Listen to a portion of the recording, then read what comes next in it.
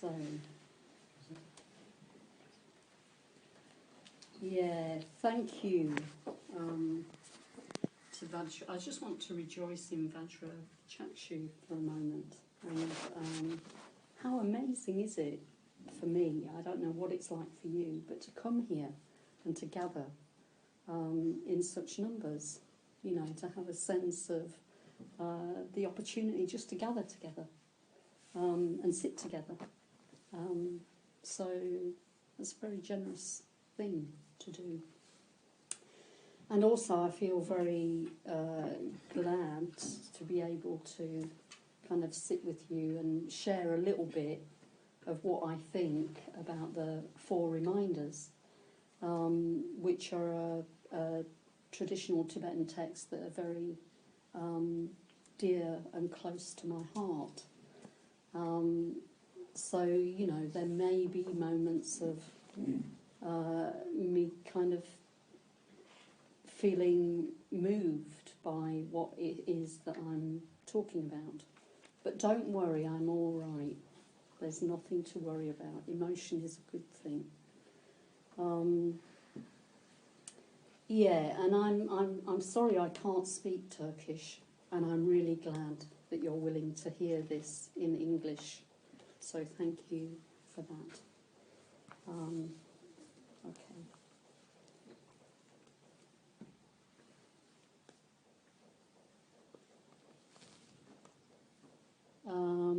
What else before?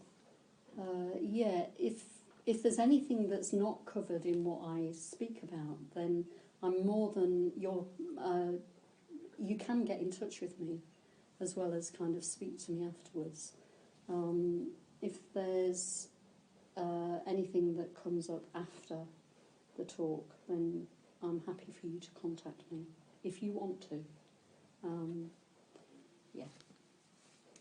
So, yes, I've said it, and it's worth saying again, I am really very glad to be here with you, and thankful for the opportunity, a little fly, to share with you some of my own thoughts and responses to these 4 reminders. Now, there are many different ways to explore the verses and different interpretations of what the text, what the verses mean. And you will, on hearing it, if you haven't already, you'll come to have your own relationship with the verses. Whatever our responses are to the truths that they point to, it's good to let in and be guided by your own response and relationship to the verse. And there's a real diversity in that. We don't need to tell each other how to respond to these verses. The truths they point to, whatever our response is, the truths they point to are part of the inescapable reality that we all share. And no one can control or pin down that reality, no matter how hard they try. And believe me, I've tried. I've really tried to pin down reality. But reality doesn't work like that. You can be open to it and receptive to it, but there's no way that you can control it on the deepest level. It just goes on its own way. It won't do what you want it to do. It'll do what it does. In the midst of this, of what I see as a troubled world, with all of its challenges, with all that's asked of us, somehow each one of us has kind of made it here. I don't know what your lives are like, but if they're anything like mine used to be and mine still is, it can involve me in all sorts of different things. And yet somehow each one of us has made time to come here. Life can be complex and busy and full. It can be difficult to find and very easy to lose time. Very easy to lose time where we can relax and have the mind space to listen to ourselves, let alone to listen to each other, let alone listen to another human being. To do nothing, or something that seems like nothing, I sometimes think that's kind of posited. It's suggested that that might be a crime. How can you live in the world and do nothing? Just sit and relax. But actually, I think these reminders point us to how important it is to, in a way, without delay, give attention and time to sitting with and exploring what it's trying to remind us of. The life we want to live can sometimes seem just beyond, sometimes way beyond our reach, just beyond the life that we're living. But as one of my root teachers, a man named Dennis Lingwood, Sangharachita, who's here on the shrine, says, our everyday life may be pleasurable or painful, wildly ecstatic or unbearably agonising, or just plain dull and boring much of the time. But it is here, in the midst of these experiences, good, bad and indifferent, and nowhere else, that enlightenment, that freedom, that reality is to be attained or experienced or realised. So I think it's good for me to remember that. I don't know whether it'll be helpful for you, but when you're in the midst of, well, the traffic coming over here, you know, kind of thinking, oh, I've got to get there. Well, this is where I am. This is where the work is. So whatever we long to realise, whatever we long for, whatever it is that's calling for our attention, it's doing that right now. You know, right now. Moment to moment with each breath. As we breathe in and as we breathe out. It's a precious opportunity. A thing of beauty that disappears even as it comes into being. Moment to moment, this arises. Moment to moment, we can choose to let it in. So somehow, in the midst of everything, subject to the human condition, we've all found time to come here tonight. We've arrived. So something's calling for your attention. Just being here with others is something to rejoice in. And maybe we can just relax, at least for a little while, together. I do feel a sense of warmth and gladness, that in these troubled times it's still possible to kind of meet and sit with each other, to be in a space together with others in this way.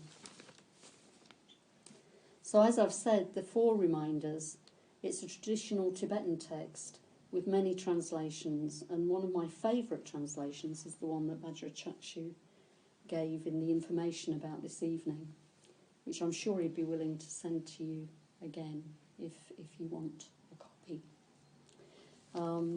I remember when I first heard the verse, this poem, this text, being strongly affected by it. Such a short text, you know, kind of seemingly not very challenging at all. But it did seem to call me to something deep inside of myself, some truth that longed to be heard, that longed to be seen, that longed to be realised. And my response was immediate and heartfelt. I didn't think it through. My response was just heartfelt. I didn't understand it. It worked on a non-rational level. And it remains one of my core texts. It helps me to practice wherever I am, whether it's in this kind of context or in a work context, although I don't do that anymore. Well, the work of living, that's quite a context. Yeah, it helps me whatever I'm doing and wherever I am. I'm never tired of it. I enjoy reading it. I enjoy reflecting on it. I enjoy reading it before I go to sleep. I'm a bit of a anorak as far as... I'm a bit of a... What is the anorak thing? It's not written down here and I've said it. Oops, too late. It's like... Yeah, I feel a great attachment to this text, to this verse. Yeah, reading it before sleep, sleeping with it in my heart and mind, starting the day with reading it. It communicates and speaks to me as brightly now as it did then. And there's not many things that can help me to a brightness, with the same brightness. Ever since hearing the four reminders, I've loved them. And in a curious kind of way, they've loved me back. It's a love that endures and blossoms despite whatever conditions it finds itself in. They don't have to be good conditions, they don't have to be bad conditions, they just have to be conditions. And as long as there are conditions, and I can remember to reflect on them, it's a love that endures and blossoms. Am I going too fast? Is it all right? Are you still with me? Are you still here? Yes, you are. Yeah. I trust there's something in this verse that can be helpful to your own explorations of life and how to live your life, your very particular life, fully. These four reminders provide us with ways to reflect upon and deepen our experiences of life so that we can remember and see clearly what we already know deep, deep in our hearts. They are intended to inspire, to motivate and support you to live life well. To call out to you, to touch your heart in ways that enable you to live life fully, to see through your confusions with tenderness and love, to find a way to make choices that truly know and can see clearly that life is precious. Impermanence is as inescapable. Choices shape our lives, and that life includes suffering. So what I'm going to do now...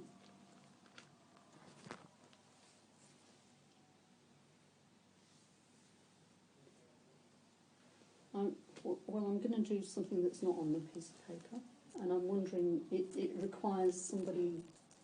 Well, I'm going to ask Vajra Chakshu if you're willing first to read the verse in Turkish. Someone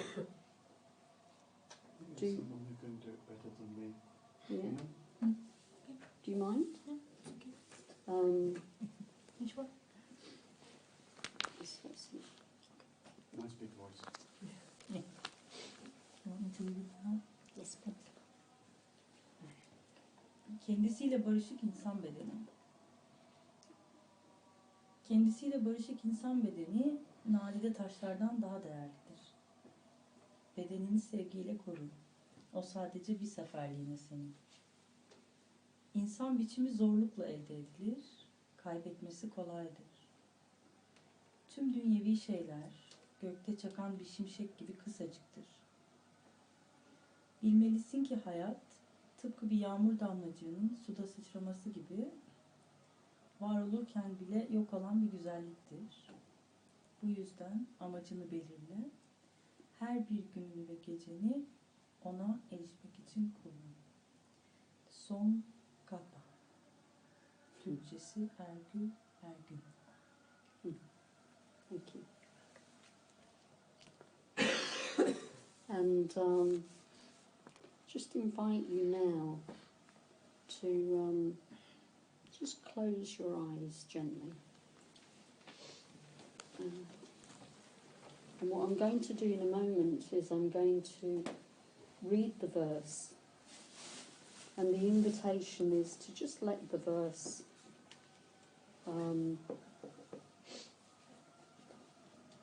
meet your heart. Flow through, let the words into your body. And if it's helpful, as a way of connecting with your body, you could rest your hand gently on your chest and notice when you breathe in and when you breathe out. It's just simply listening to the text as we breathe in and breathe out. Closing the eyes so that there's a little bit less distraction and that we can maybe hear the words. We're not trying to keep anything out, so the sound and the calling that we can hear in the background can enhance the experience. We don't have to push it out.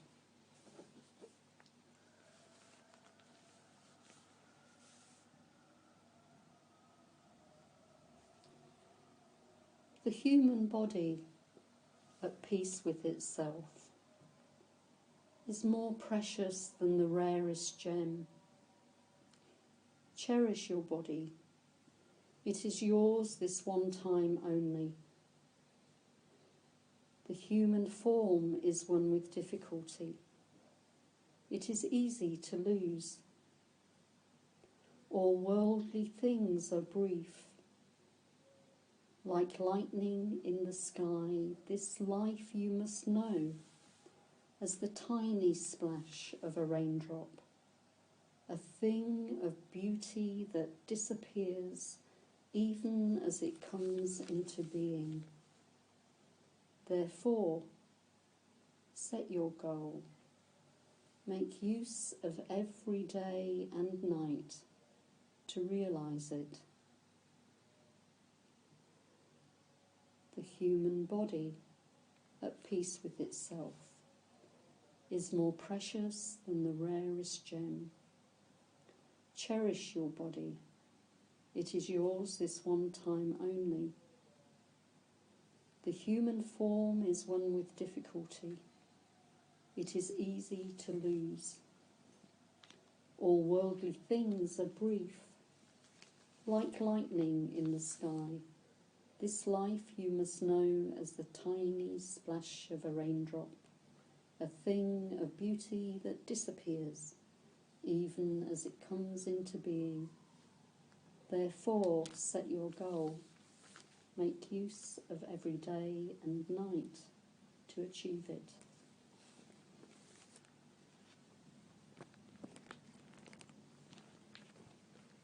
So gently opening your eyes. Are you ready?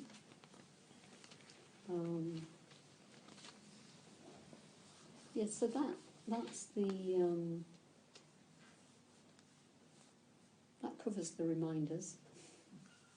And a kind of summary is life is precious, a precious opportunity. Impermanence is inescapable. Everything changes. Choices shape our lives. Actions have consequences. Life includes suffering and a way to be free of suffering. Of course, all of these reminders overlap and interlap, and You know, it's not like it's a linear thing. You go from one to the other to the other. In fact, you know, you can't look at one without seeing the other. So they're gateways. They provide gateways not only to what they're talking about, but also to the other reminders as well. Yeah, you can't get one without finding the other. So the human body at peace with itself, I don't know how you respond to that, but certainly for me, I long for a sense of peace with this body, this human form. You know, I long for peace. And to the extent that I've experienced it in this body, in this form, then this body is more precious than the rarest gem. Having a felt sense of bodily peace and feeling how precious this is, I begin to know its value beyond anything external, even the rarest gem. Cherish your body, it's yours this one time only. Beginning to experience the frailties of the body more often. I was thinking that, you know, some of these lend themselves to ageing, although you can experience the frailties of the body when you're a lot younger than I am. You certainly experience them generally when you get to the ripe old age I am, which incidentally happened in a flash. I don't know, is there any of you here that are under 30? Okay, a lot under 30? No? So 25, under 25? Okay. So when I first got involved in Buddhism, I was, and went along to got involved in Triratna, well, it was the Friends of the Western Buddhist Order then. That was almost 30 years ago. And, you know, I wasn't 30 then. And really, it really only happened last week. You know, there's something about time where it's like suddenly, this is where I am. I hope it doesn't happen as quickly for you, because that kind of throws me off the planet. So, so yeah. But yes, increasingly, understanding the frailties of the body, I value that I'm here in this form for this one time only, and I want to use my time well, continue to use my time as well as I can. All worldly things are brief, like lightning in the sky. Well, for me, that points me to a bigger perspective. You know, it helps me to see something bigger than it just being about me. I'm here this one time only, and all worldly things are brief as well. Like lightning in the sky. Well, lightning in the sky calls for attention for me, and it reveals light. There's a moment of light in the crack. So this life you must know as this tiny splash of a raindrop, a thing of beauty that disappears even as it comes into being. I like that. I like the way that sounds. I like how I feel when I hear that. This life we all share and are in relationship with others.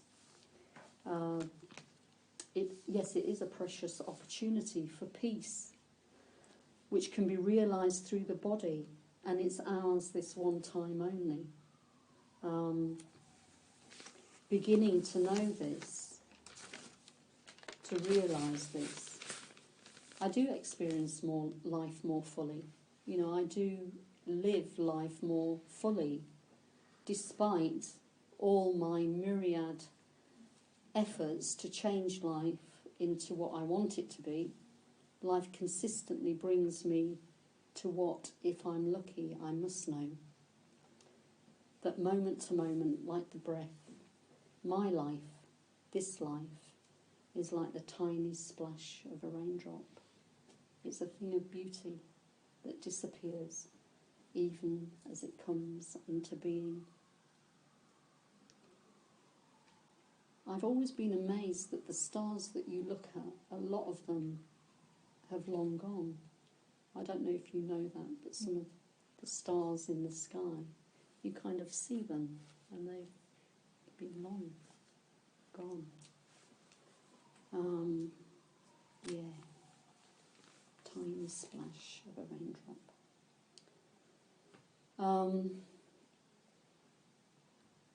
With this at times, I do get a felt sense of there not being any separation, no boundaries, no territories, no kind of this is you and this is me and this is, this is like this and that's like that and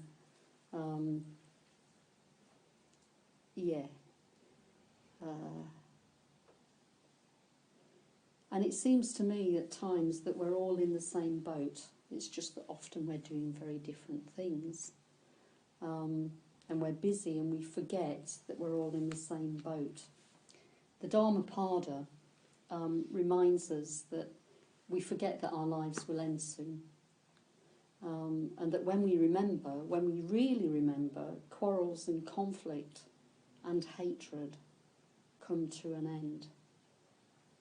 I really want to remember, because I really want my petty quarrels and conflict to end. I want hatred to end. So I really kind of want to realise these truths. And remembering that life is a precious opportunity and that everything changes, and impermanence, despite my best efforts, is inescapable. Knowing that choices shape our lives and actions have consequences helps to motivate me, helps to motivate us and draw us to action, to pay attention to our lives more keenly, attentive to whatever's important, to set our goal, make use of every day and night to achieve it or to realise it. Taking time to pay full attention to your life, to explore whatever it's asking you to explore, beyond the surface, beyond the distractions, to a felt sense of purpose and confidence that you're living your life. You're not kind of waiting to live it. You're not letting life live you, but you're living it fully, just as it is, right now, however it is, moment to moment. It's quite something. Setting an intention to remember and then following through on that. Seeing each moment and each breath as an opportunity to be fully engaged with life, to enjoy life. I don't know if any of you know about a Tibetan Lama teacher called Dilgo Khyentse, but he died in the late 90s, and he was concerned to urge people he met to make the best use of their time on things that matter. He talks of the time when we wake up from sleeping and the time just before sleeping as ideal times for consciously introducing or dropping something in to our mind and hearts that can inform and begin to help us to live fully. And these times are ideal because sometimes our efforts to keep it all together are looser on waking or loosening before sleeping. We kind of relax a bit, or we're a bit more relaxed when we wake up, and we begin to relax if we're looking when we sleep. And he says that apparently by the age of 70, 70-ish, so I'm kind of, I'm well on the way to that. We will have spent about 20 to 25 years asleep. 20 to 25 years asleep, suddenly, you know. Not only has it gone like that, and it's happened in a week, but I've spent quite a lot of time asleep as well. So he suggests, you know, that you do bring something into those times that help you to be awake and aware. So to read the verse before sleeping and on waking, well, I think it's worth trying. It's something that I do. You could try it and see what happens.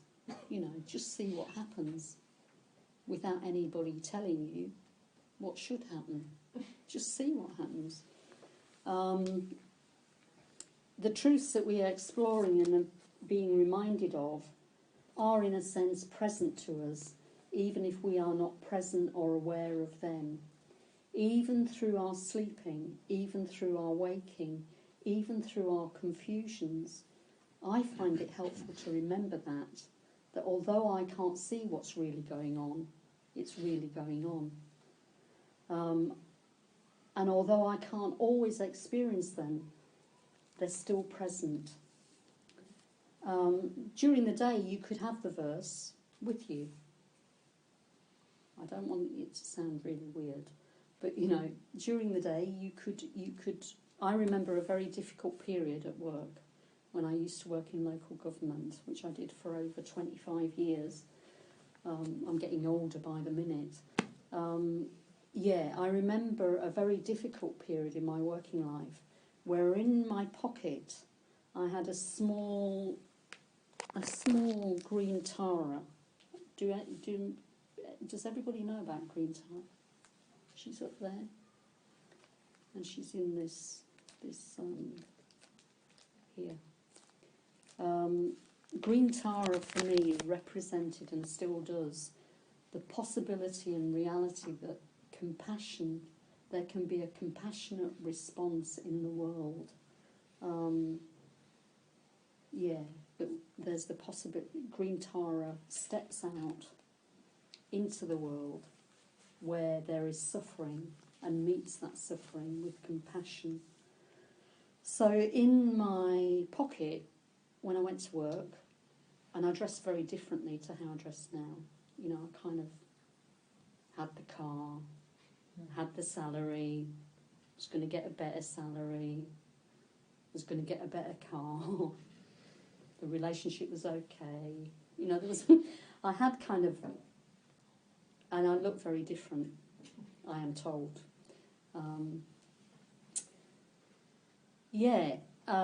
But it was really difficult to continue to do that, to continue to do it.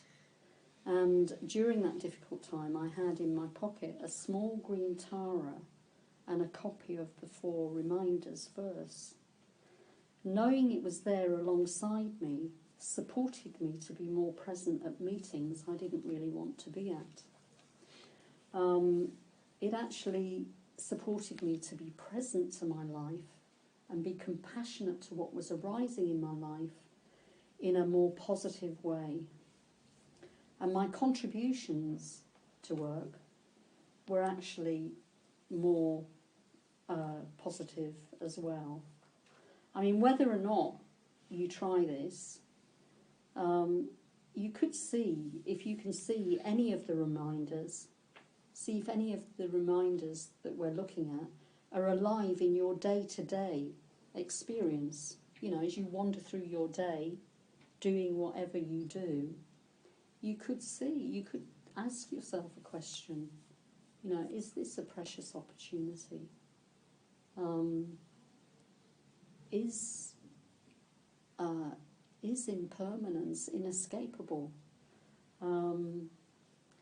And at the end of each day, whatever your day involves, you could give yourself 5 minutes, if you don't already, just 5 minutes to stop, to really stop, and just give a little time to think about how your day's gone.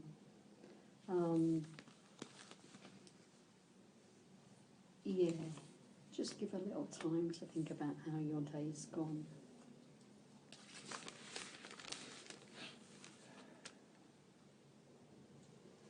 So, choices shape our lives and actions have consequences. Yeah. Actions do. I mean, I don't know if anybody is aware of actions that don't have consequences, or that don't shape our lives.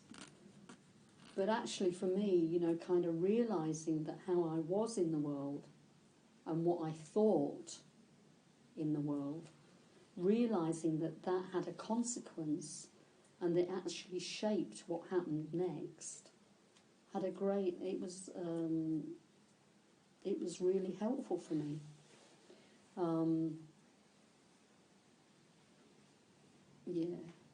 Yet however we act, we will always, life will always have difficulties. There's only so much we can do to make things better on a certain level. But what we can know beyond doubt is that how we act, and that includes actions of our body, of our mind, heart, and of our speech, will have an effect. They will change things. So if we concentrate and focus on, as I did, a better job so that I could eventually have no job, then that's where the energy went. Whereas when I focused on, I can't do this job, I want to work out how to leave, something else came in. So the action of thinking and what's going on in your head, that actually does affect what's possible. And if I look at the life I lead now, if I had to have worked that out before I started to live it, I would never have done it. The life that I lead now was unimaginable to me then. It was only by taking the step that I could take that it became possible to inhabit and embody to some extent a life that I would have thought impossible.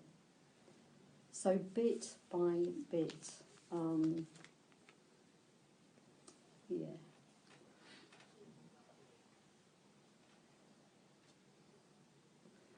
And also in terms of the reminders motivating us and supporting us to be present and aware of the life we're living, there's also an encouragement for us to kind of take the responsibility that we can take to make conscious choices to live life fully and to live life well. And that choice can just be, it could be a heart wish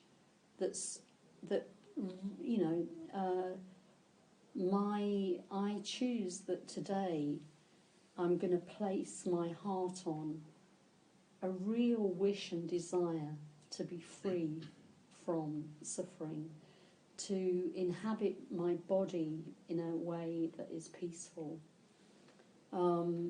It doesn't always mean that you have to figure out how to do it. You can reside with the wish that it's possible.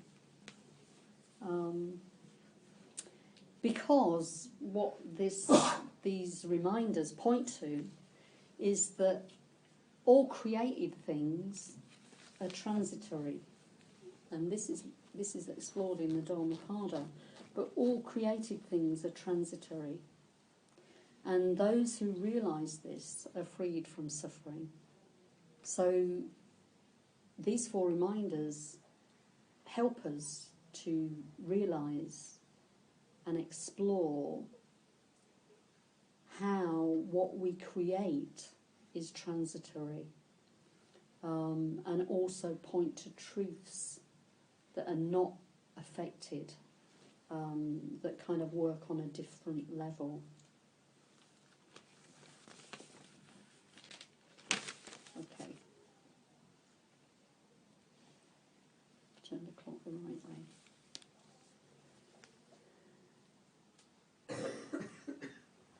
So the body is impermanent, and it's not just my body or their body or your body that's impermanent. It's actually my body that's impermanent, or your body, or your body or their body. But everyone is subject to an impermanence that is. You just can't hide from it. You just can't hide from it. And ready or not, one day we will, I will, you will, they will, we all will die. It's inescapable. Even the Buddha died. Nobody got a free pass to eternal life, and however much they pay to try and keep a body, kind of going forever, it's doomed. There are no exceptions. Ready or not, one day we will die. Recognising and checking out that impermanence is inescapable, that everything changes, helps us to loosen up on and see all the things that we try and hold together. And it takes a lot of effort to hold things together. It takes a lot of effort to keep going, to trying to make it better, to kind of thinking, well, whatever it is, if we're trying to hold it together, it requires effort.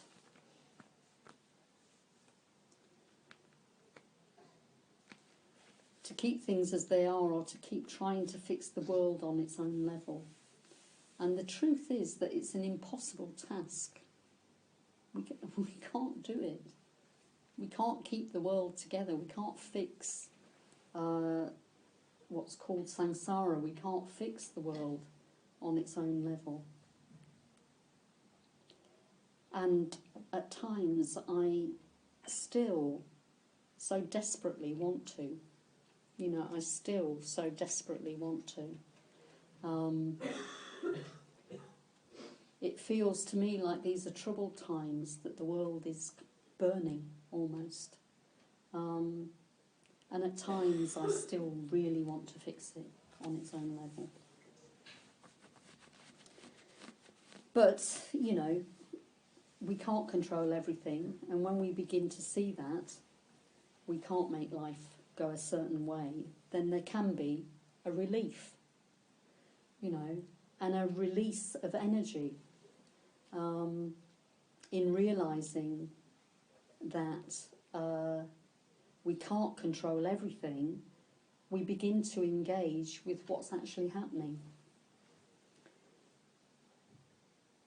We can actually begin to let go of our clinging or misplaced hopes and impossible to-do lists. There's a Tibetan teacher whose name I can't pronounce, but I remember hearing him talk about impossible lists. And he said, one day, get up and write yourself a list of what you've got to do. If it's really on your mind, write yourself a list. And then put it in your pocket and forget all about it. He also suggested that, what is it? Why can't we, in terms of the mind's capacity to kind of, do this kind of thing, of an evening, why don't we do what we do with the computer? Although I can't actually do this with the computer that often. But, you know, there's a button that says select all, and then it says delete. Why can't we do it? Why can't we select all, delete? What's going to happen?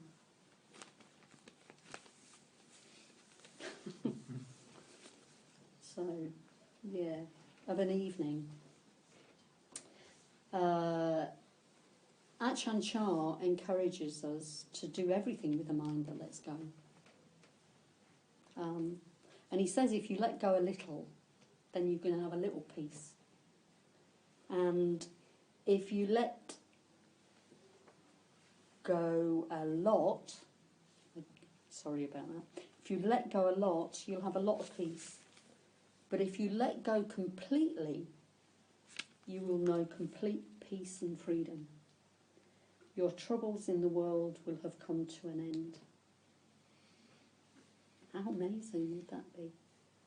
You know, what, and you can kind of do it at any level. And, you know, sometimes I get to the end of the day and I think, oh, you know, I see at the end of the day what I didn't see in the day, so I can, you know, it's a short step between that and then berating myself for not seeing it when I didn't see it and all that kind of storytelling. But at the end of the day, I can actually rejoice that I've kind of let go a little. Or if I see something that happened and I kind of recognise that, oh, I wish I hadn't have been so hostile to the person that was serving me, or that was delivering me my visa when I was on the way into the country. You know, I wish I hadn't been so hostile to them. Well, irritated. I just wanted to get out of the airport. I didn't see the human being in front of me.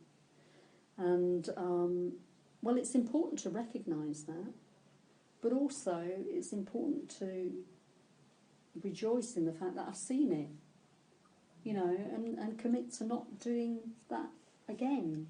Or when it happens again, sharing that. But to be in the world and experience complete peace and freedom, where struggles in the world will have come to an end. What kind of freedom do you want? You know, what kind of freedom are you after? Yeah, that's a question.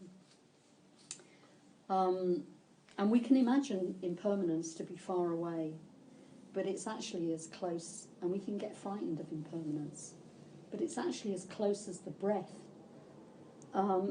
This breathing body knows that to live, we need to let life in. And to live, we need to let life out.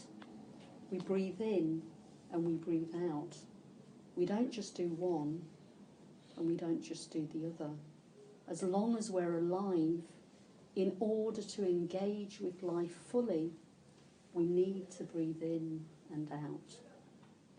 I'm really glad I'm not a dolphin, because apparently dolphins sleep. And when they sleep, or they can sleep, and apologies if this is not true, but I believed it when it was told to me. But dolphins apparently don't have, you know, they don't remember to breathe if they're asleep. So they're at risk of drowning. You know, I'm really happy that so far I've remembered to breathe while I'm asleep. Yeah. But to consciously engage with that breath, breathing in, taking life in, breathing out, taking life out. Well, that is impermanence. Impermanence isn't very far away. It's with you 24/7. It's with you 24/7. So, you know, you don't... I mean, there are all sorts of practices and there's merit and value in all of them. But what you have with the breath is a 24/7 opportunity to practice. You know, it's not elsewhere, it's right there with you. I mean, I love impermanence when it frees me of what I don't want and it lets in what I do want. I like that kind of impermanence. I like the without impermanence, things can't grow. They can't replenish or refresh. I like things to grow and to replenish and refresh. But I don't want to die. I want the sun, but I don't want the rain. I want to be with this person, but not with that person. I want to be with me like this, but not like that. I see strength in that, and not in tears. I don't want my life to end. I want the things that I like to last, and the things that I dislike, I want them to end. But I don't want my life to end. However difficult my life is, I don't want that to end. I want impermanence on my own terms. But the 4 reminders point to a truth that is inescapable, that's not negotiable. We can't negotiate with this truth.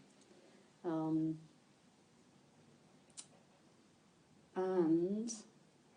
that truth is that one day I will die. And thinking that I know what that's about, I feel fear. I mean, I don't know about you, but when I get in touch with something that I don't know, or something called death, which means I'm not here anymore, and I know people that were here that aren't here anymore, then I feel frightened. But it's a strange thing. The more you kind of let this in, the more it's absorbed into the viscerally into every cell of your being. What kind of impermanence that beyond the surface, it kind of sneaks in and gets you when you least expect it. So I've got a few examples of that, and I'm just going to choose one because we're going to finish in a few minutes. But I'd be happy to talk through any more personal examples if people want that afterwards. And I'm really open to questions, even although my answers might not be that coherent.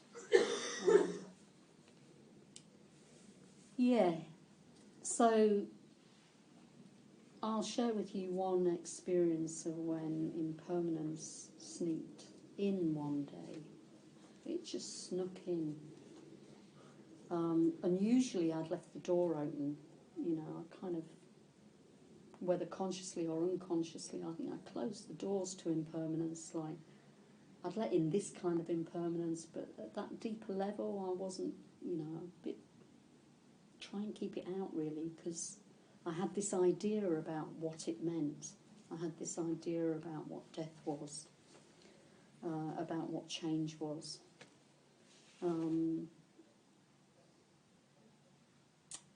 So all of my defences had been stripped back from me, and I forgot to close the door. Well,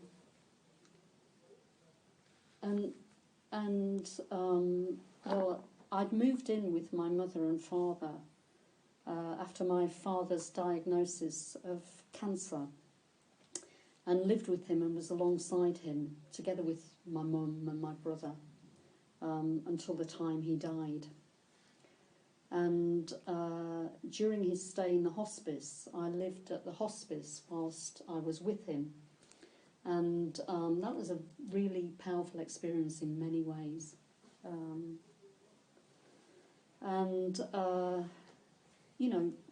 My dad, from his diagnosis to his death, it was probably about 10 months. So 10 months might not seem like a long time, but when you're in an environment where somebody knows that they're dying and that you're supporting them to that the best you can, it can be quite an intense time. And in the hospice it was certainly intense.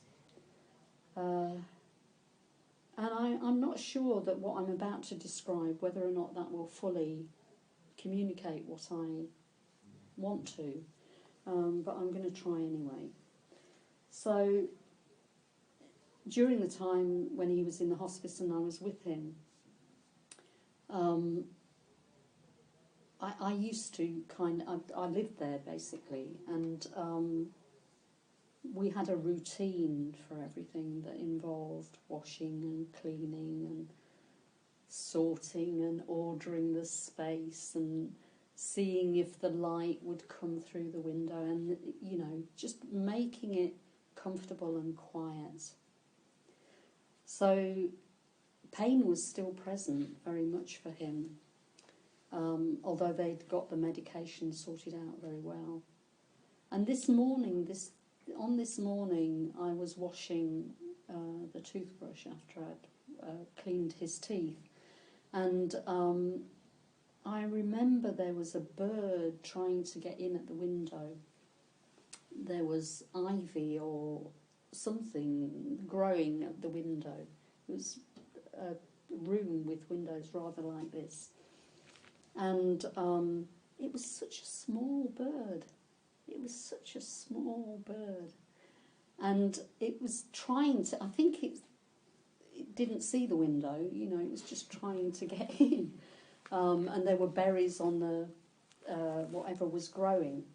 So it was possibly trying to get them. And it was a little tap, tap, tap. Something was trying to get in. And I went to look at it, and it was so small. It was smaller than a wren. It was the first time I'd seen close up a gold crest, which has got like a little gold bit on either side. A streetwise bird. It looked great. I thought, oh, that's beautiful. And it's trying to get in. And then it flew off. And it was time to wash my dad's feet. And by which time somebody in the hospice had come, and we did it together. And we were kind of talking to my dad, and it was very, I remember the water on his feet. I remember cleaning between his feet. I remember cleaning between his feet. And then his breathing changed. And we both knew that his breathing had changed and that he was, moving towards death. And something was present in that room. There was nothing I could do about what was happening except be there and be open to it. And at the point that my father, just talking to him not as if this was it was happening. And there was something in being with him whilst he died as we washed his feet that was very, very beautiful. And the sun was really perfectly aligned with the window and the bed. And there really was something in that where at a deeper level I knew that, not only is the human body at peace with itself, more precious than the rarest gem, that to cherish your body, and it's yours this one time only. But I knew on a different level that the human form is one with difficulty, and it's easy to lose. This life I must know as the tiny splash of a raindrop, a thing of beauty that disappears even as it comes into being.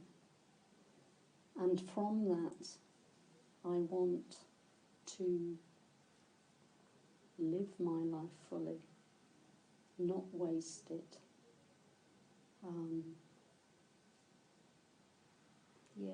And death, this thing and this story that I'd imagined on one level, on a rational level, on an intellectual level, was completely different when experienced on a visceral level, on a cellular level, completely different when experienced and held with the support of 4 reminders, with the support of Green Tara. So thank you for listening. Yeah. Leave it there.